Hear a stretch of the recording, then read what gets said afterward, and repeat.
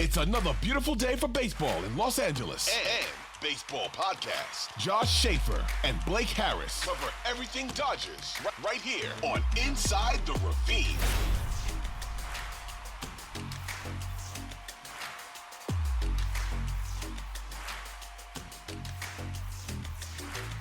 How is it going, everyone? Welcome to a brand new episode of Inside the Ravine. Joining me, as always, my co-host Josh Schaefer. I'm your host, Blake Harris. You know it's a big deal when Josh isn't recording from the Ontario Reign headquarters. You know it's a big deal when Josh has the Yeti microphone out. Because Josh, not only did you just get a fantastic looking haircut, you're looking beautiful as always, but the Dodgers have some pretty big news, and that's that they have... Not officially, because it's not official until we see him at it on the 40-man, but considering it came from the player's personal Instagram account, I think you could say it's official. But the Dodgers landed their guy. The Dodgers have gotten Shohei Ohtani. Reports are saying a 10-year contract for $700 million. Now, the thing, Josh, I mean, there are a lot of different ways we can go about this. We recorded a couple of days ago before this entire weekend blew up in flames. We're going to go day by day kind of over the course of this episode, but before we talk about everything that has transpired today, yesterday, since we last recorded, I just want to know your thoughts. Obviously, we know where you were when the news broke, but I want to hear about your reaction to getting a haircut and getting the massive piece of news that just dropped an hour ago. Yeah, so for those that can see what I look like right now, it's obviously not very good. I don't look like my typical dapper self, and it's because I did just get my haircut, but it was a good haircut because in the middle of this thing, as I'm sitting down, my phone starts blowing up. My roommate calls me and I answer the phone to just screaming, and not like anything coherent, just a loud ear-piercing noise. It's just 100 texts blowing up my phone. Crazy, just absolutely crazy that Shohei Ohtani is an LA Dodger. I mean, and especially after the way that Friday went, with all the news swirling about he's going to Toronto and, you know, he's on a private jet. There's a press conference at 6 with the Blue Jays. And then the fact that it just complete 180 in less than 24 hours is absolutely insane. Almost as insane as a $700 million contract. I mean, again, there are just so many different things to hit, so many different things to discuss. I was just sitting here on my chair talking to my girlfriend. She had just gotten back from an eye appointment, getting some new glasses, getting ready to go grocery shopping. And Josh, I don't know if this was just the way like I happened to be looking at her than looking at my phone, but would you like to know who I got the notification from that actually broke the news for me? It wasn't Passan, it wasn't Rosenthal, it wasn't one of the main guys. It was NBA insider Shams, who I got the notification that tweeted it. And that's how I learned of the news. And then, of course, they all kept coming in, and then I went to Shohei's Instagram. But I guess officially, Josh, Shohei Ohtani is the one that broke the news. He posted on his Instagram, and I absolutely love this, because it looks like he went to Google, typed in Dodgers logo, and took a screenshot of the first one that came up because it's the most generic looking logo. The quality is horrible, so that's probably going to be the most liked baseball social media post of all time, an awful Dodgers logo. But Shohei, he took to Instagram and said, "To all the fans and everyone involved in the baseball world, I apologize for taking so long to come to a decision. I have decided to choose the Dodgers as my next team. First of all, I would like to express my sincere gratitude to everyone involved with the Angels organization and the fans who have supported me over the past 6 years, as well as everyone involved with each team that was part of the negotiation process. Especially to the Angels fans who supported me through all the ups and downs. Your guys' support and cheer meant the world to me. The 6 years I spent with the Angels will remain etched in my heart forever.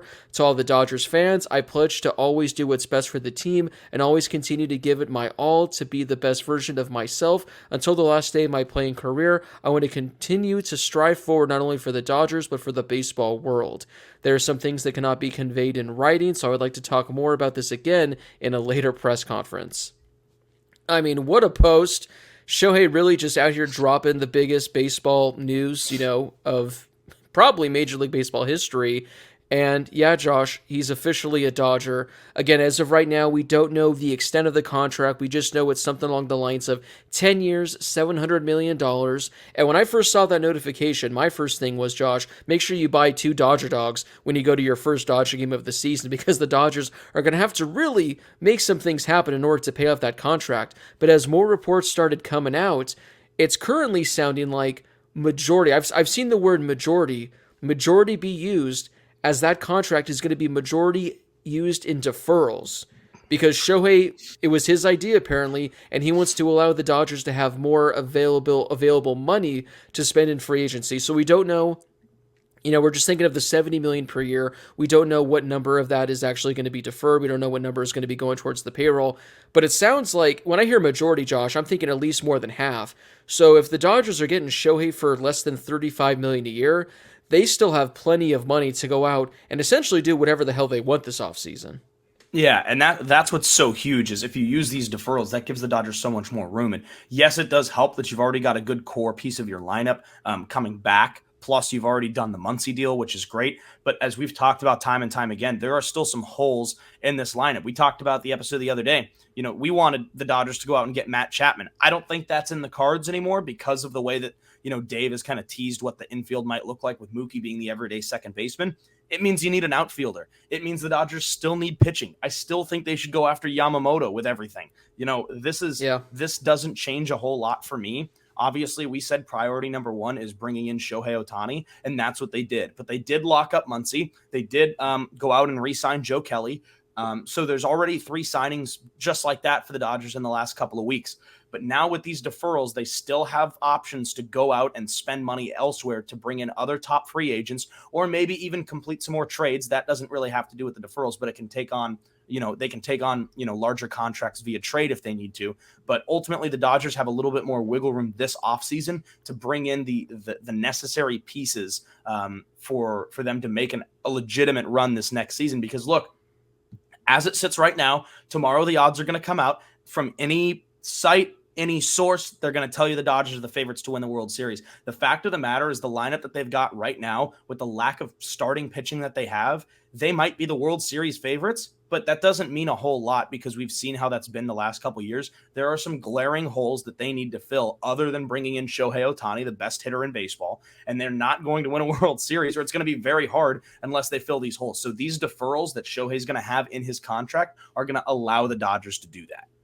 Yeah, I mean, like you said, they still have a number of holes that they need to fill. They need an outfielder. They need desperately to fill up that starting rotation. But again, based on these historic deferrals that we're hearing about, it still gives the Dodgers the opportunity to go sign Yamamoto, to go sign an outfielder, to make a trade for a couple of guys that you have to pay a hefty amount to. So by doing this, the Dodgers are still in business. And again, I'm sure at this point, even if there weren't a lot of deferrals, by going over the tax threshold, I'm sure the Dodgers would be very aggressive. But again, as of right now, we don't know it to the extent of how much money is being deferred, what the number is going to look like. But it sounds like the Dodgers are going to be open for business. They're still going to be able to make a lot of additions. And now, the interesting thing is, Josh, a lot of people have been saying once Shohei signs, the dominoes are going to start to fall.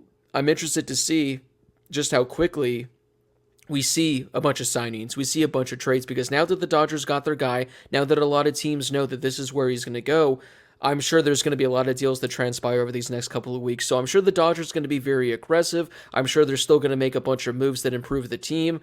I'm sure that Joe Kelly is going to pick a new awesome number now that is not going to be 17, because he'll be gifting that to Shohei Ohtani. But Josh, we are going to take a quick break. When we come back, I want to talk about what was going on yesterday on Friday, on probably the craziest day I've ever experienced while using Twitter in my decade plus. We're going to take a quick break. When we come back, let's talk about that. Now, when I woke up this morning, Josh, I personally wasn't thinking that Shohei was going to sign with the Dodgers. I didn't think he was going to be signing with the Blue Jays, but I was kind of leaning towards the Blue Jays because of what we saw yesterday. For those of you that may have missed social media on Friday, you missed one hell of a day. Josh, I'm not sure how active you were on social media yesterday, because I know you did have a game to call for the rain, so you might have been a little busy. But my God, from start to finish, this has to be one of the craziest days I can ever remember, not just on social media, not just, being a baseball fan, just one of the craziest days just of my life.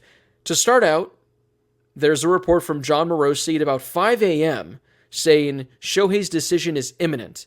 It could be within the next 24 hours, but it's going to be imminent. So all of a sudden, we're all thinking, oh man, he might be signed within the next couple of hours. We wait. Then about noon rolls around. I think that's the time frame.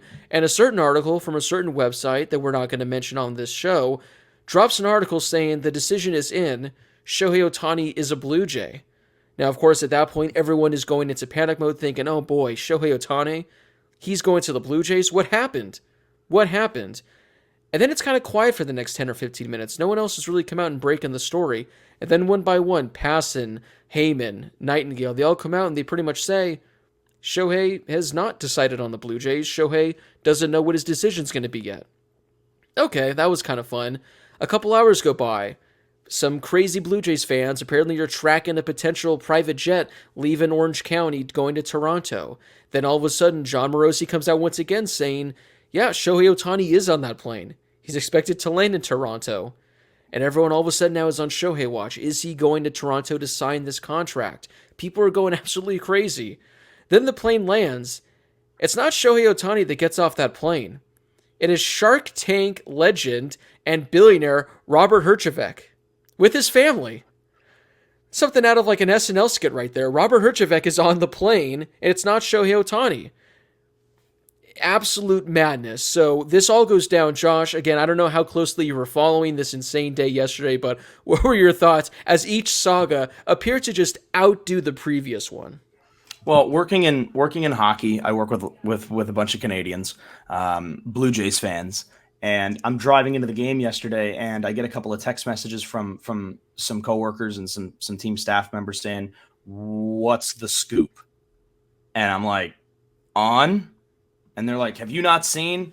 He's going to the Blue Jays. I was like, what? So I'm stuck in traffic. I don't want to sit there scrolling Twitter. So I called someone and I was like, I need you to scroll Twitter for me right now and read info for me. And he's like, I'll do some digging. So we start getting some stuff. I get to the game. I see some of the tweets that are coming out. At this point, I have seen there's a press conference at 6 p.m. for the Blue Jays. And then I've seen the plane is going to Toronto and this and that and yada, yada, yada. And then by the time I get there, I see the tweets coming out that says Shohei's not on a plane. He's at home in Southern California. So then I start showing those. And now I've decided at that point, I'm not going to believe anything until he's in a uniform on opening day. I will not believe anything until he comes out wearing a jersey on opening night. Basically, I from my time working in baseball, I knew some people who ended up with the Blue Jays. And I was people were telling me, hey, text them and find out. I'm like, people aren't going to know. These people aren't going to know anything. Nobody knows anything. And sure enough, it turned out that nobody knew anything. And yesterday was just a complete whirlwind. I went through waves where I was in touch with everything going on social media. So at first I wasn't, or in the morning I was when they said that there was a plane going to Toronto. Then when I was in the car, I get the notifications of, there's going to be a press conference. Then I hear that he's not on the plane. By the time I get there, it seems like everything was bogus. And then there's like this lull in the afternoon, right? Where everyone kind of just seemed to have stopped tweeting about Shohei because nobody knew anything or he wasn't there and no one knows what's going on. And then it picked back up in the evening again. That lull was when I had time to get back in tune with everything that was going on. So I'm like, no one's saying anything. And I couldn't get anything. And then our game starts. And by the end of the game, I get more reports that he's actually not there. And sure enough, today, kind of out of nowhere, bang, there it is. And Shohei's going to be a Dodger. So again, this is huge news. But as I've said a couple minutes ago, maybe I won't believe it until I see him in a uniform.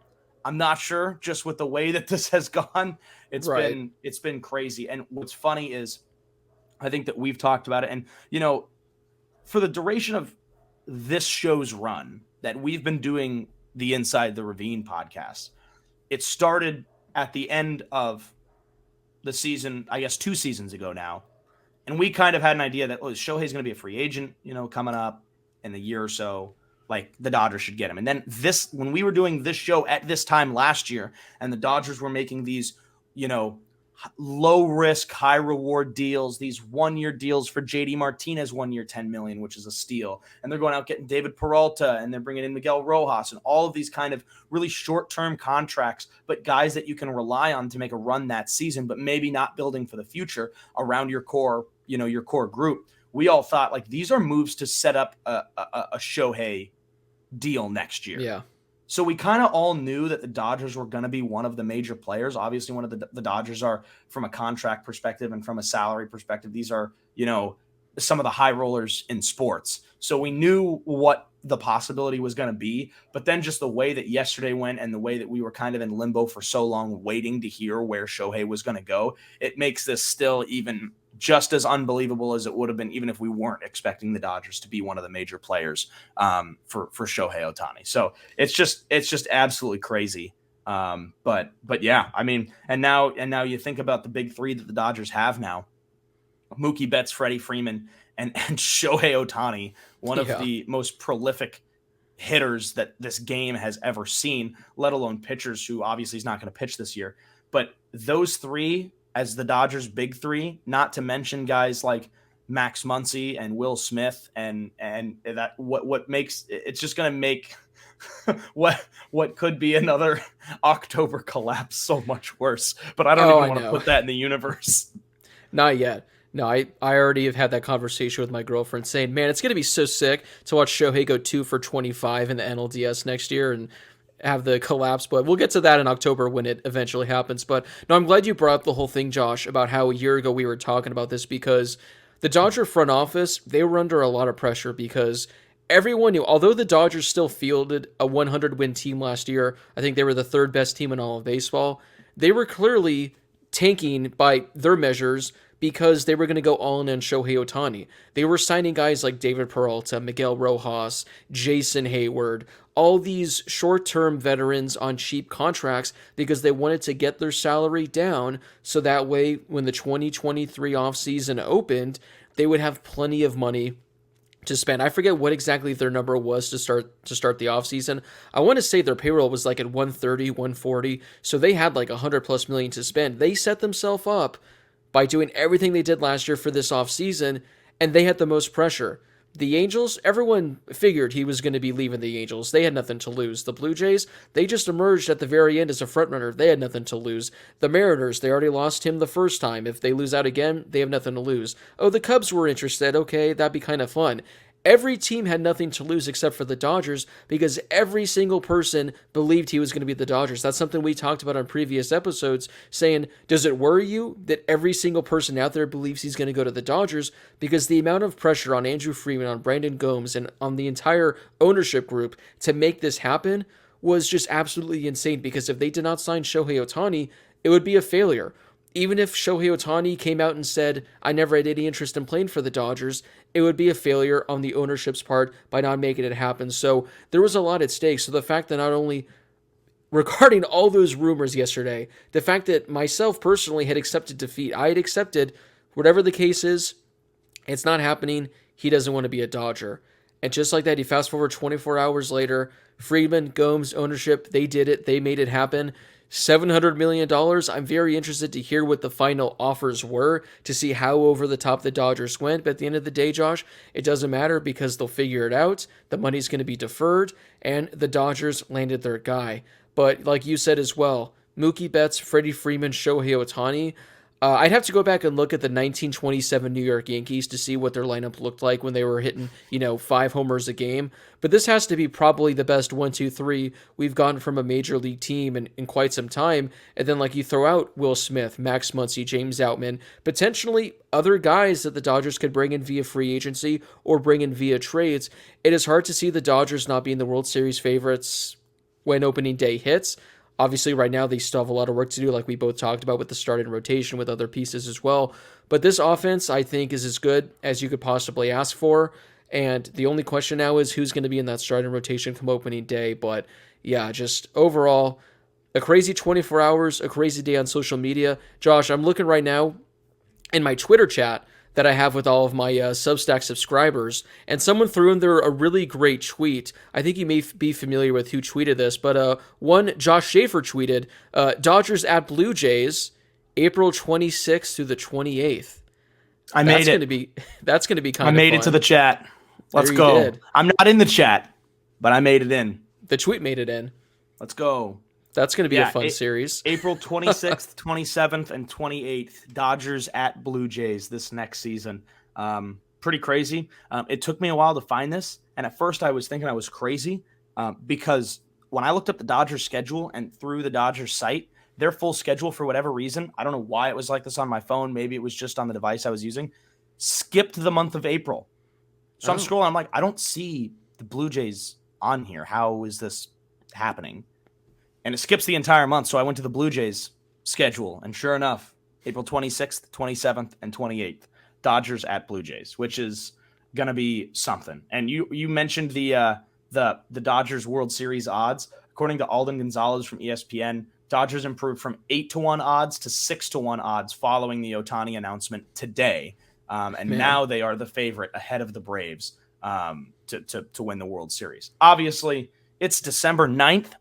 Yeah. So that doesn't mean a whole lot to me personally. But that's where the odds are at. But as of right now, it goes without saying, $700 million contract for 10 years. Obviously, still waiting for some more details to come out and to see what other teams were offering. I would really love to know, to see how far over the top the Dodgers were, because again, we had talked that another team was probably going to go even way more than the Dodgers, whether they signed him or not. But ultimately, largest contract in baseball history by more than $250 million.